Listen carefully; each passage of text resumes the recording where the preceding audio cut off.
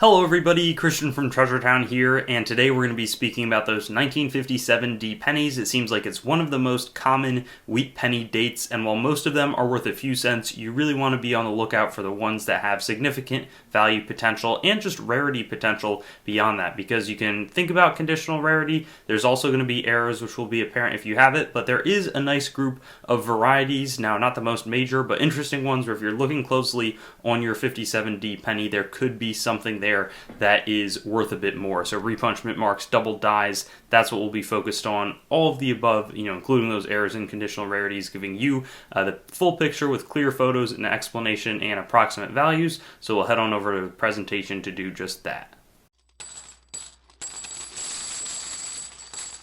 And in front of us is one of the most commonly found wheat pennies, 1957D. Here's a general wheat penny overview. If you'd like, you can pause to learn more about the series. Otherwise, we'll get right into the conditional rarity. And because it's so common, over 1 billion produced, I always feel like if I'm coin roll hunting or getting a wheat penny back in my change, it's going to be 1957D. And normally, Mint State 66 red at PCGS coins are going to be worth grading for most of the wheat pennies. In this case, it's not. You really have to hit that Mint State 67 red designation or have some wild toning that we're not going to really cover in order to make it worth doing so, but that's going to be a virtually flawless wheat penny.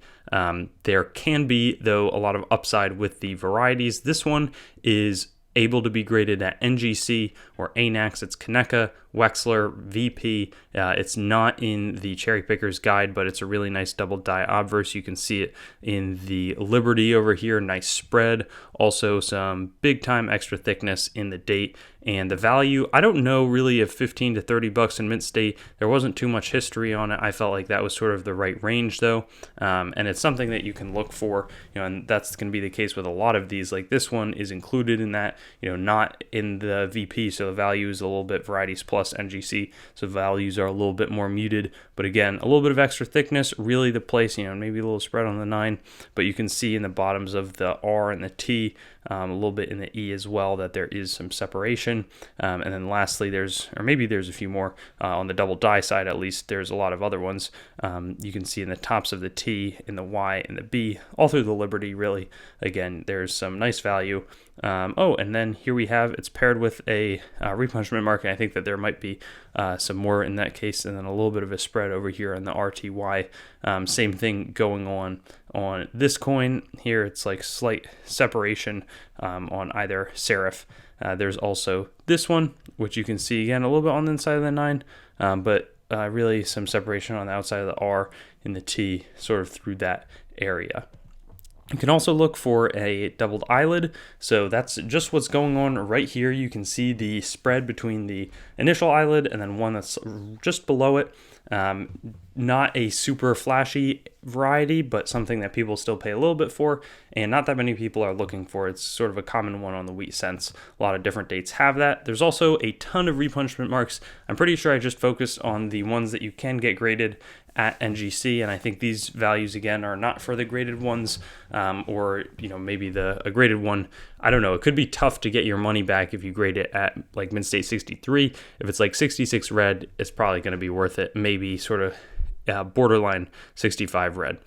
So here, clear separation. I really like how that looks towards the top, sort of northeast, southwest. Maybe the initial punch didn't quite take, so they had to punch it again and not waste a die. This one, I actually own one of these. Has a really nice spread sort of to the bottom left, sort of the whole southwest direction. And then you also have this one, which is sort of a little bit more minor, but pretty similar in terms of how it presents.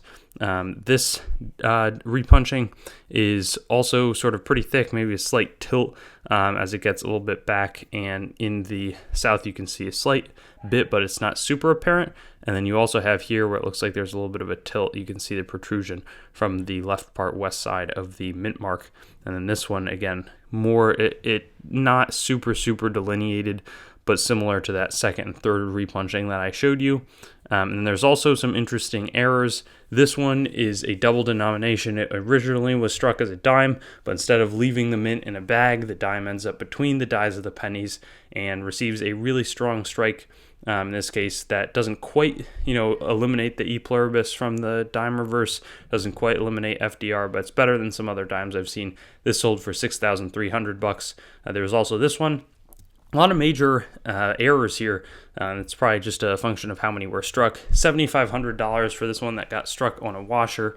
Really interesting composition and high price. And then this one was struck 75% off center, but still had the date. Somebody paid $310 for it. I think, obviously that's, if it had just been 75% off center and the penny, wasn't even guaranteed to be a wheat penny, would have been a lot lower of a price. So that brings us to the end of today's video. So many different repunched mint marks to look for. A lot of obverse double dies that you can be searching for, though some of them are kind of challenging to see, and happy to have been able to talk you through this one that seems to be popping up everywhere, though the valuable ones are probably still going to be not the super worn one that you get back and change, but something that's really nice and potentially has an error or variety that you could search for. Thanks for watching the video. I'd encourage you to like the video, comment, and make sure to subscribe to my channel. And I also have Facebook, Instagram, Twitter, and some other social media platforms. You can also go to my main channel website, treasuretownYT.com, to learn more about the channel and sort of stay in contact. I also will eventually host all of these videos on coinsmetalscards.com, which will be both news, marketplace, and coin information. I do have the goal of eventually getting pretty much every US coin, date, mint mark, denomination on the channel with a similar video to the one that you just watched, and that will likely all be hosted there. And then I also have treasuretowncoins.com, which is sort of my coin dealing wing, coin dealing only entity that is a little bit less focused on content production. So thank you so much, and I'll look forward to seeing you on some of my other videos. I also have videos that are not just the date, mint mark, denomination recap in this format, so you can check some of those out, and I'll have fun seeing you there.